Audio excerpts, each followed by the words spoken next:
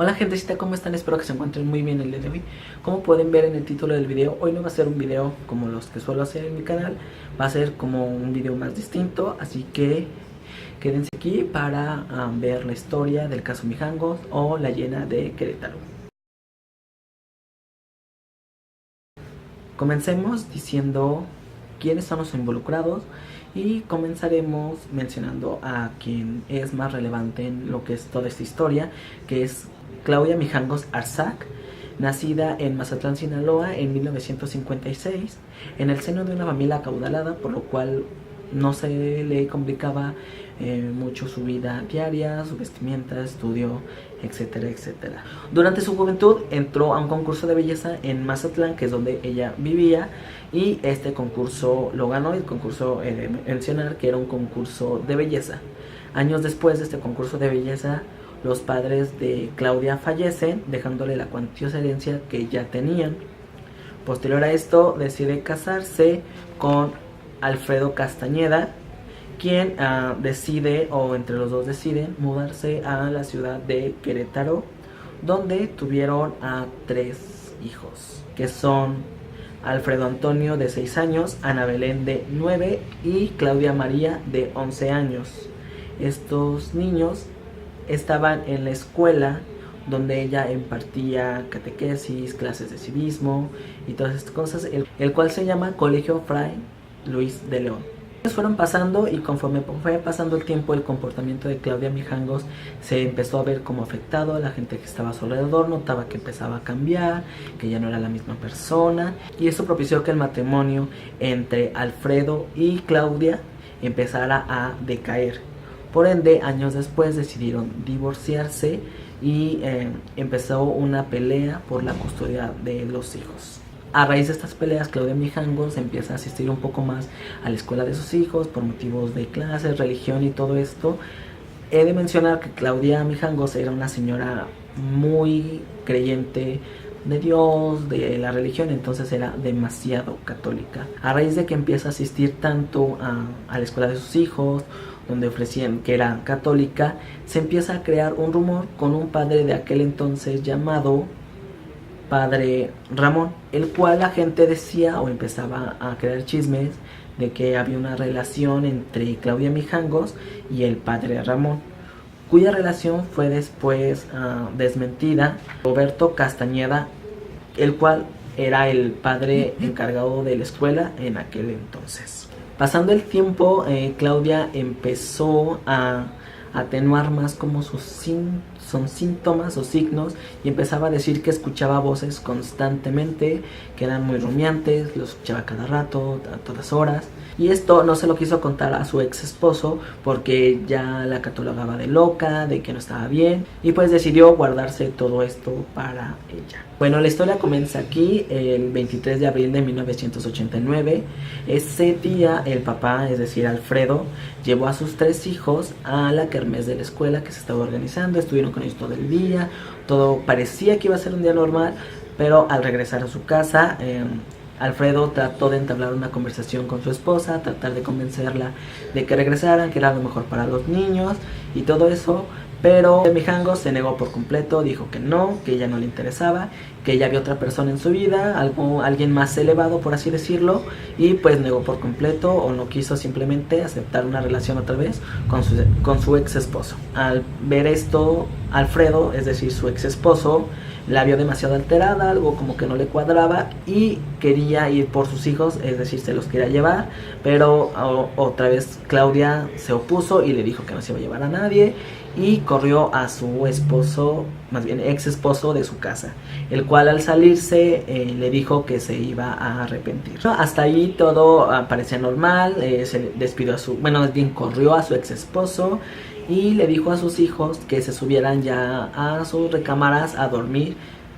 y que ella ahorita subiría a darle las buenas noches. Y pues así fue como pasó. Claudia subió a darle su beso de despedida a cada uno y a decirle que se arropara, que soñara con los angelitos, y hasta ahí todo iba normal. Ella también se retiró a su recámara posteriormente a descansar. Pero ¿qué fue lo que pasó aquí después? Pasó que aproximadamente como a las suponemos, realmente no se sabe una hora exacta en la que ella a lo mejor se pudo haber despertado, posiblemente unos minutos antes de las 3 de la mañana. Ella se despierta por unas pesadillas que tuvo, donde está soñando con el padre Ramón, está teniendo otra vez estas voces que le dicen un montón de cosas. Ella se despierta de lo fuerte o de lo tan reales que empezó a sentir estas pesadillas, que dura poco tratando de descifrar o de entender si lo que estaba oyendo era verdad o era mentira, pero posiblemente llegó a un punto en el que ya no supo qué hacer y se dice que las muertes de los niños empezaron a las 3 de la mañana. A esta hora, es decir, más o menos como a las 3 de la mañana, su madre, es decir, Claudia Mijangos, baja a la cocina y de un mueble o de una alacena que ella tenía saca 3 cuchillos. Se dirige con su hijo menor, es decir, Alfredo, el de 6 años, y lo voltea, es decir, lo pone de espaldas, por así decirlo, y lo empieza a acuchillar bastantes veces en la parte de su espalda, una tras otra, pero el niño se despierta, o más bien lo despertó, no se puede decir que lo despertó, más bien lo empieza a cuchillar, y el niño, en un intento de defenderse, hace esto con sus manos y le corta por completo la mano izquierda. Ya viendo que el niño le cortó el brazo, el niño estaba más indefenso y empieza a acuchillarlo de frente, es decir, en su pecho, una y otra vez. Y era tanta su furia hacia el niño que por eso es que le cortó a lo mejor con tal facilidad la mano izquierda y dejó casi cortada la mano derecha. Ya habiendo terminado con el hijo menor, es decir, con Alfredo, pasa a la habitación de la niña mayor o de la hija mayor, la cual era Claudia María, de 11 años, y más bien repite el mismo procedimiento que hizo con su hijo menor. Pero a diferencia de él, Claudia María se despierta y va a la habitación de donde escucha los gritos, que es la habitación de su hermano, y al ver lo que está haciendo trata de correr, pero no logra librarse de su madre, quien de igual manera primero empieza a cuchillarla parte de atrás, es decir, de la espalda, una y otra vez, y por último llega con la hija del medio, es decir, Ana Belén, de 9 años, y repite exactamente el mismo procedimiento. Ya habiendo terminado las muertes de sus 3 hijos, Claudia Mijangos sigue como en un estado de shock, en donde no sabe qué está haciendo, o posiblemente sí, no se sabe con certeza. Y entonces decide hablarle a una de sus mejores amigas, la cual se llama Verónica, y al ella contestar, lo único que atina por decir Claudia Mijangos es que Mazatlán había desaparecido. Esto a causa de las voces que escuchaba que le decían que Mazatlán había desaparecido y que Querétaro solo eran espíritus y que todos estaban ya muertos. Su amiga Verónica optó por decirle que no se preocupara, que todo estaba bien y que iría a verla al día siguiente. Claudia Mijangos, al ver a sus hijos así, más bien regados por toda la casa, por así decirlo, decide agarrar a cada uno de ellos y llevarlo a la habitación principal, es decir, a la habitación donde ella dormía, y los puso de forma que pareciera que estuvieran dormidos en la cama. Era tanto su cansancio que ya no alcanzó a completar las cortadas que se estaba haciendo en las muñecas y cayó dormida en la misma cama. Las muertes terminaron como a eso de las 4:30 de la mañana, casi 5, y posteriormente su amiga Verónica a las 8 de la mañana a la casa Mijangos, pero vio que la puerta de la entrada estaba abierta, y al abrirla lo único que logró ver fue mucha sangre por todos lados, por todo el piso, o sea, toda la casa era sangre por completo. Entonces decidió adentrarse en la casa, empezó a caminar, empezó a ver la casa llena de sangre y subió a la planta alta. Al subir a la planta alta, igualmente el mismo escenario, muchísima sangre por todos lados, pero se dirige a donde un rastro de sangre, como si hubieran arrastrado algo, la dirige y la dirigía precisamente a la habitación principal de Claudia, que era donde dormía.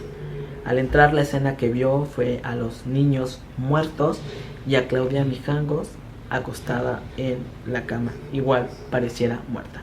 Ella baja corriendo afuera de la casa, o sea, se sale de la casa y marca a la patrulla,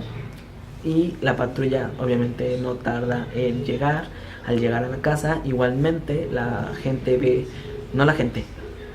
los patrulleros o la policía ve igualmente esta escena y obviamente quedan horrorizados porque Querétaro, o más bien en Querétaro, jamás había pasado una historia tan sangrienta como había ocurrido esa madrugada del 24 de abril.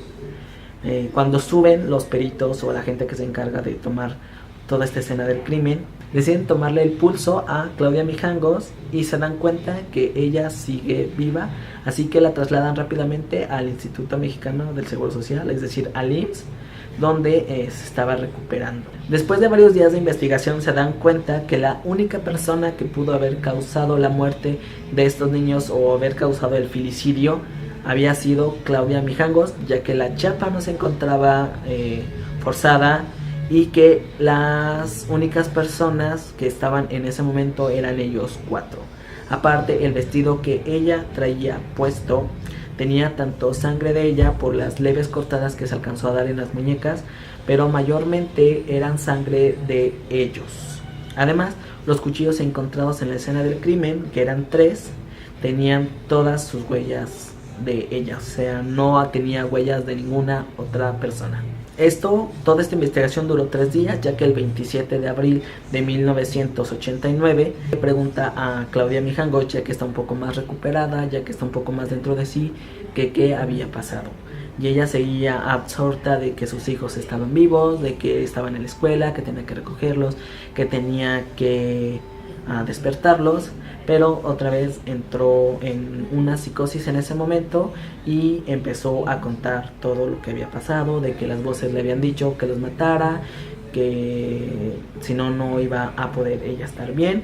Y es como ella empieza a soltar la verdad. Ya pasando todo esto, a Claudia Mijangos contrató un abogado, o se le contrató un abogado llamado Julio, el cual trató de inculpar al ex esposo de que él había sido el responsable de las muertes de los niños, pero dicho argumento no fue validado, ya que después de todo esto,